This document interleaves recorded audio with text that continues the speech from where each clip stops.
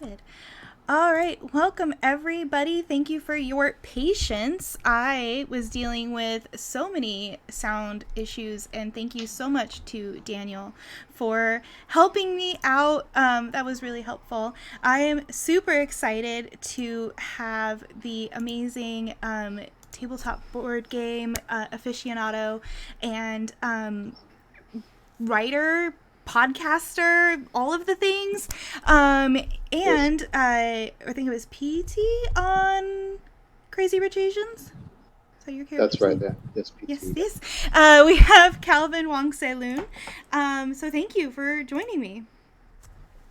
Oh, thank you so much for having me. I love it's great to be here. Very happy to be here. Good. Calvin got to sit and watch me take lots of deep breaths and say curse words about OBS. So Oh, that super was my favorite part. appreciate. The curse words were my favorite. Super appreciate that. Um, so I like to start off. Usually, I ask people what's in their cup because we typically have tea on TRPG. However, I had to switch. I'm drinking sparkling water now because I don't have caffeine this late at night. Um, but I'm glad that you are staying hydrated because sometimes they like to make us drink beverages on stream. Um, so, my first question for you Mhm. is what makes a day long board game like Twilight Imperium so enchanting? The people you play it with, really, because if you're playing with the wrong people, a board game that lasts 10 minutes is going to be like, kill me now. It's just okay. So Twilight Imperium, if people don't know, is a board game where you play as a galactic civilization and you are contesting against the other galactic civilizations played by your friends, hopefully your friends. And the object of the game is to prove which of your civilizations is most fit to rule the galaxy. So each civilization has their own special traits, like, some of them, one of them is like a bunch of psychic snakes, another one is a bunch of peace loving turtles, another one is a bunch of like rich space lions. One faction is the humans. It's very boring, but they are my favorite because they can reproduce very quickly. That's a human trait. Uh, so so the thing about this game is that there's multiple different ways that you can play the game based on how your faction is. The personality of your faction. There's lots of different ways how you can play the game based on your personality as a human being. So you can try and fight your way to the top, very difficult. You can try and talk to your friends and work out mutually beneficial deals, also sometimes pretty difficult, but Um, but the problem is that there can only be one winner. Only one faction can be crowned ruler of this Twilight Imperium. So when you play a game like that usually for us, it lasts about 1 hour per person. So if it's four people, about 4.5-ish hours. If you play a game for 4 hours or 6 hours, 8 hours, 12 hours, you get very invested, right? You want to win. The plan that you've spent the last 3 hours, like pushing and forcing into play and doing things like, talking to one neighbor, but not discussing it with your other neighbor and saying, okay, if I do this, you just give me one, I just need one turn. Okay. Just one turn. That's all I need. And after hours and hours of that, I think it's very important that when you lose and you get upset about it, you have to be in the company of people who it's in a safe environment, especially in a game like that, right? Like you want to be safe environment. My American's coming up because I'm talking to you. um, yeah. So when you play games like that, I think it's very important that you feel safe to be yourself around the people that you are. Right. We're talking about swearing earlier. Like if I roll all ones on my combat dice, I expect to be able to say "fuck" if that was the roll that determined whether I win or lose the 12-hour game. You know. and I want to be able to do that, and I want my friends to be able to go, oh no, why are the dice so bad, but I win, no, that sucks, like I just want, I guess that, yeah, so it goes back to the answer of what makes it so enchanting is the people that you play it with, and the ability to feel like you can be yourself and express yourself and not have to like keep things down because you want to be polite, or you want to be, oh, we've just met, I don't want you to think I'm some kind of yeah, yeah. I, exactly. Yeah. So you Well, you understand hopefully what I'm just trying to say. I do, because I've played with people who are poor winner, like what do we poor sports about winning and poor sports about losing, and you never want to be on either end. And as a No, but also at the same time, I do want to say that I think it is important that we understand and allow for people that we care about, our friends and our family and our our relatives and all that, to be able to process their positive or negative feelings. You know, being a poor sport does not automatically mean, oh, I won. Well, it was such a great game. You can go and jump around a few times. Like, I get it. You know what I mean? And what constitutes poor sportsmanship and being a sore loser will vary from group to group. If I lose a game, usually I have no issue with losing games. I get very irritated if I made a very obvious and silly mistake. That's when I start to get very annoyed at myself. Um, and if I do that, I expect to hopefully, be in a place where I can express that. Back when I used to play competitive netrunner, I was friends with all the people, all the Malaysian netrunners that we played with. So even if I was sitting at the top tables and I made a critical error, after the game, I won't do anything during the game, but after the game, I would be like, oh god, that was so stupid, and my opponent would be like, no, it happens to all of us. We've been playing for 5-6 hours, and it's fine. And because we're friends, so that's cool. I don't think you can really do that with new people too much, or at least it feels a lot less safe to do. Yeah.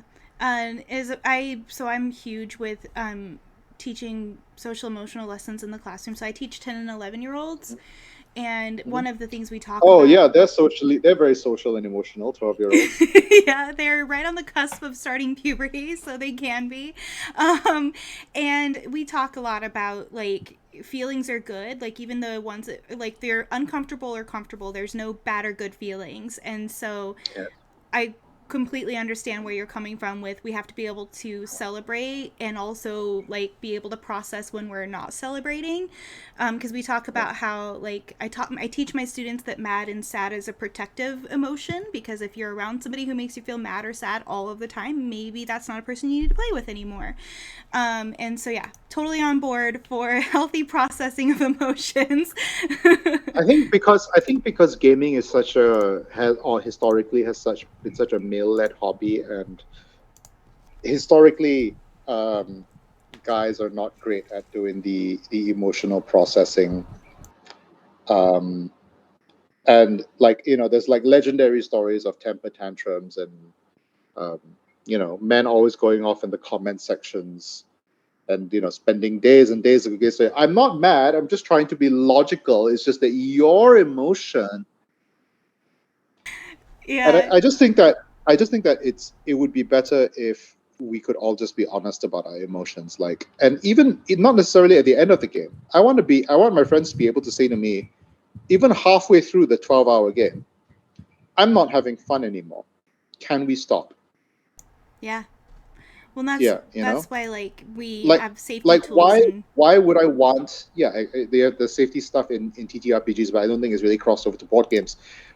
That would be a great idea, actually, if somebody says, like, after round 3 or round 4, whatever, it's like, I'm not having fun anymore, I'm just like, I've been miserable for the past half an hour, 1 hour, can we just call it quits? And if a friend told me that, like, straight up honestly, I'd be like, yeah, okay, why don't we try like taking a short break first, maybe 15 minutes, clear the, take a walk, clear the air, have a drink. And if you still feel that way, then we can stop and we can try and do something else. We'll be absolutely. adults about it. Obviously, you're disappointed because Twilight Imperium is a game you play like once a year. Um, but even then, I think it's more important for my friend not to have a shitty memory of that time we played Twilight Imperium and I forced them to keep going because I want to have fun, you know? Or I'm winning and therefore everyone should have to play still. Um, Yeah. yeah. I mean, there's obviously different like varying circumstances here that, you know, if it's my birthday, I've been looking forward to this for 6 months. Okay. I've been planning this for, but I still want my friend to be able to feel safe to tell me that I don't want to play anymore, and then maybe we can work something out. Maybe the rest of us can like take turns playing their faction, you know, or we can just like save the game and come back another. We can talk about it like adults, but we have to like, you know, be able to raise the issue in the first place and create an environment where it feels like raising the issue in the first place is safe enough, and, you know, be sensitive enough, and, you know, hopefully as adults we can pick up on social cues and we can see when our friend is being miserable, you know, and not just thinking really hard. You know what I'm saying? Yeah. And it's much easier to do this with people that you know and that you care about versus people that you have just met, because like like it's scary and it's risky because you could say something and they might explode or they might be abusive, and that's not nice, and I don't want to deal with that thing. I mean, I'm saying all this sounding very intelligent, very wise, and very sagacious, but I'm actually like I'm super conflict averse. I hate bringing stuff up. It makes me extremely anxious and scared. So That's pretty it's more of a typical. do as I say, not as I do as I say, not as I do kind of thing. But I mean, intellectually, I know what I should like. The answer should be. It's just sometimes getting the rest of the emotions and the brain to play along. God, my hair is so long. Mine too. Pandemic hair. But watch this. I think that a lot of things that like confrontation and hey, that's quite the compliment coming from Kappa. Kappa says your hair is majestic. Oh, thanks. But I think that things like confrontation and expressing emotion and all of these things require a lot more practice than we're given. And as you said, gaming is a pretty male dominated field. That's why we have our channel. And we just as a culture in America anyway, we're not socializing boys and men to be able to express their feelings, and so that's why it's We're not socializing girls to be able to express their feelings also either. true. Also true. I had like yes, I know. Also true. We are not allowing people to express emotion in a way that makes parents uncomfortable. They don't want to be uncomfortable, and so they squash things. And same with teachers. I get so mad when I hear teachers telling kids to calm down and all these things. But it's the whole thing about, you know, we would rather have order than justice. yeah, Right? We would rather stick to the status quo and keep things quiet and not rock the boat and don't block the highways with your stupid protest. And I bring this up, but it's related. It's related. It's a direct pipeline oh from absolutely. Someone was like, how people are raised to like deal with their emotions, and how they're, you know, therefore how they are conditioned to deal with power. Now, to talk, I mean, we're going to bring it back to games, but like the shouty guy at the table has the power, quote unquote, right? Like he's being demanding. I mean, consciously or subconsciously, he's demanding that everybody at the table cater to his emotional thing. You know, whether he's doing it as like a full-on shouting temper tantrum, or he's doing the, like, you know, slightly more passive aggressive manipulative, well, I guess if you didn't want me to play, you could just destroy my stuff, but then what would be the point? You know what I mean? Like that hyper sarcastic thing. I mean, I want to play a game with my friends. When my friends attack me and they destroy my stuff, I go, well, fuck you. You know, but in a loving way. yeah, In a yeah. loving way, you know. Or if it really got to the point where I actually didn't want to be attacked, I'd be like, could you not? Like, it would make me really sad. Can we find something else for you to do? Yeah. So I'm all about that, like openness and honesty, and yeah, this is all still answering the same question you asked at the beginning, like what makes the game enchanting, what makes the game like good to play, and it's about understanding,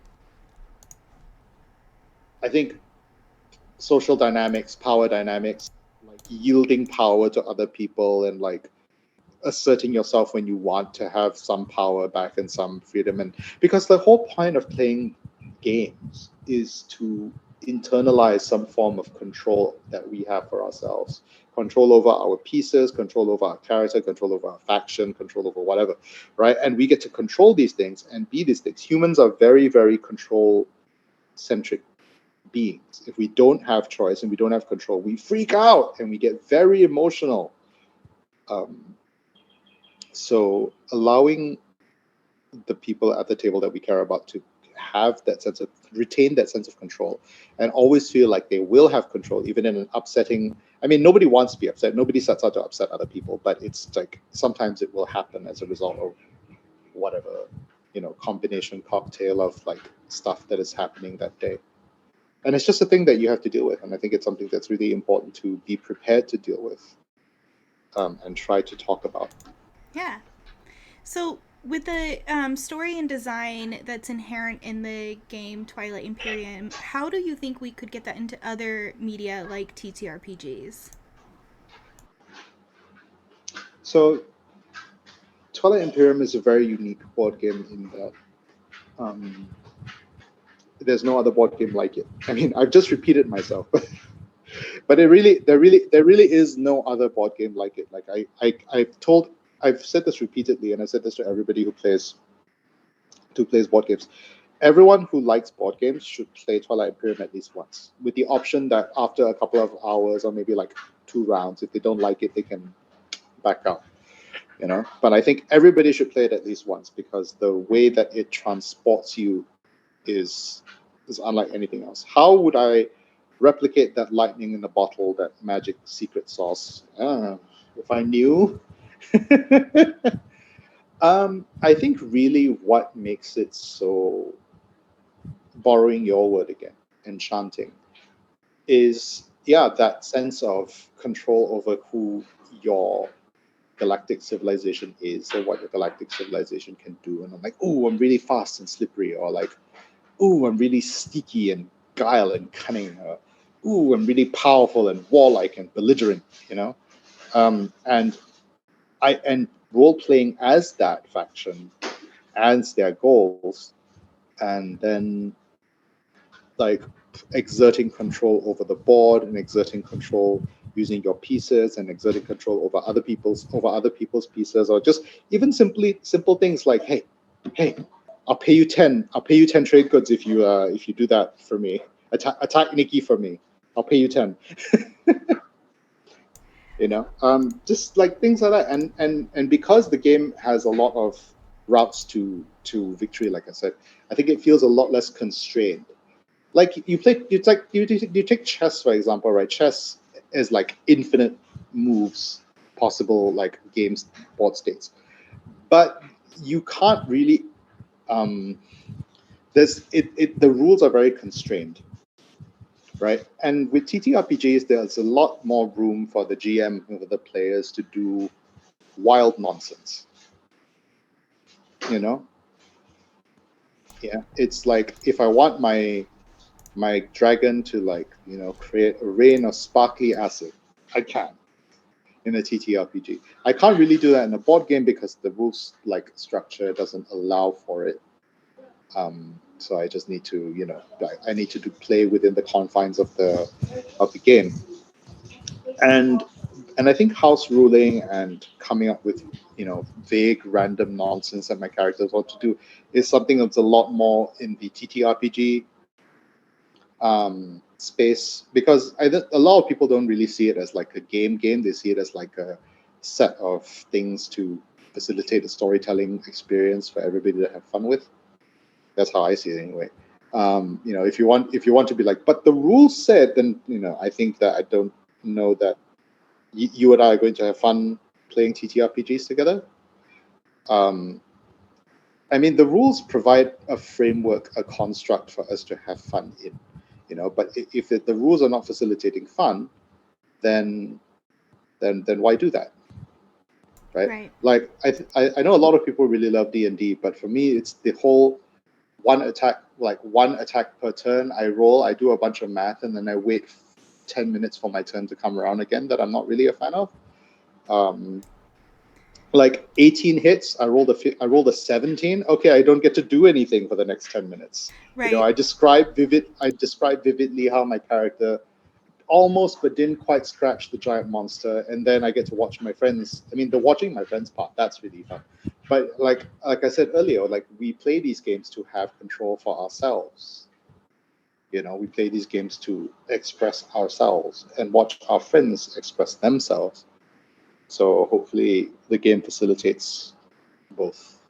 Well, and that's what I like about like Powered by the Apocalypse, because it's a lot easier to have some success at least, where even when you fail, even when you roll kind of low, you still might succeed, but then there's just something that the GM's going to tack on to your success, some piece of it where you failed, or the enemy now has an advantage of some sort, and I prefer that over the way that D&D does it. For sure. I'm designing a game right now that also rolls 2d6. But also one thing that happens is that if another player rolls doubles, so let's say there's 3 of us playing, and I perform an action and I roll snake eyes, like 2 1s. It's like obviously that fails the action, but you get to fill a little bar on your character sheet, and when that bar is full, you get to do like a super move. So the idea here is that when other players are playing, you're still engaged, and you're still invested in what they're doing and what's happening. You're like, oh, what did you roll? Because if you get a double, I also one of the things that I like in this system that I'm doing is I'm collaborating with a bunch of other people. Banana Chan, oh my god, I'm blanking. Sinfeng Lim is the other person that's collaborating on this with me, and my partner Deanne. We're all working together on this game. And this the other thing that I like is that you don't get experience for succeeding in an action. You get experience if you fail the action, because you don't learn from doing something that's easy. You learn from doing something that's hard. And I think what that does is that it imbues failure with positive feelings, right? Like, oh dang, I didn't unlock the door. Well, at least I got this sweet piece of experience, and Nikki got to fill up a super move bar, right? So yeah, so I just think that the whole point of what we're trying to do is trying to make failure more palatable and less like failure. Because I think the whole binary you hit, you don't hit thing is something. It's very 70s, like we don't need that anymore, I think.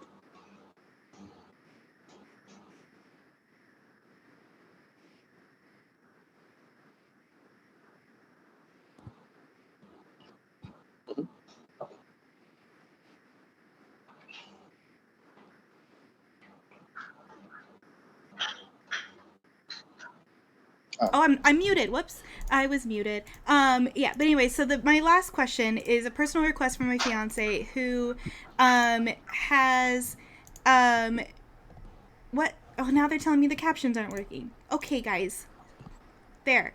Um, um, what was so special about that baked potato in Germany?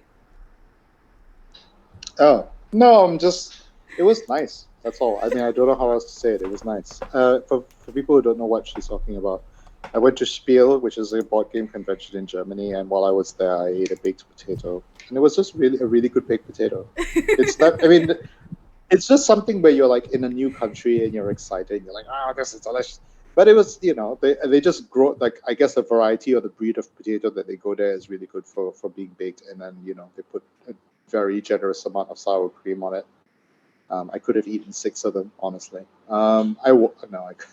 Maybe 2. It's just potatoes are a nice food. I like them. I'm learning how to cook more potatoes more. I learned recently how to make a really good mash. The key is to boil cut out the potatoes, boil them, and then after you drain the potatoes, cook them for another like 30 seconds to a minute to get all the steam out, so that when you put the milk and butter in, like the moisture in the potato is replaced by milk and butter. Then you mash the lot, becomes super creamy. I'm learning how to make Korean stir fried potatoes. Gochujang. Oh God, I can't. I don't know how to say it, but like Korean stir fried potatoes. I'm learning how to make like like potato skins air fried. Just like put them in some fat and salt and air fry them. Because when you peel the potato, the skin is, I like the skin, so I'm trying to, yeah. This is all me trying to say that I've been trying to cook more. The potato is a very versatile ingredient. Um, They are very yeah, delicious food. they are very I delicious food. forgot about the giveaway. So I'm just going to set Ah, it yes. for whoever has been active in chat in the last 15 minutes. So we are giving away. What am I giving away? I'm giving away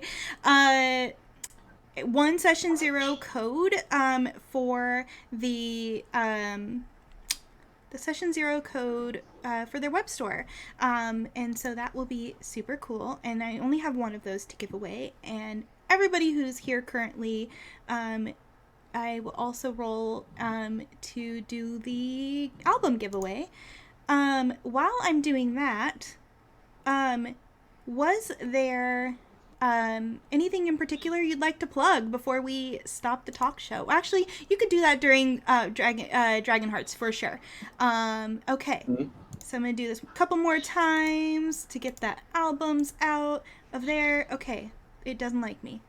I did it too many times. I'm spamming my own chat. Okay, so yeah, I will see you on the other side for setting up for Dragon Hearts because I'm running tech for that. So thank you so much for being on my mini episode of my talk show. Super appreciate it. And I'll see you in a moment.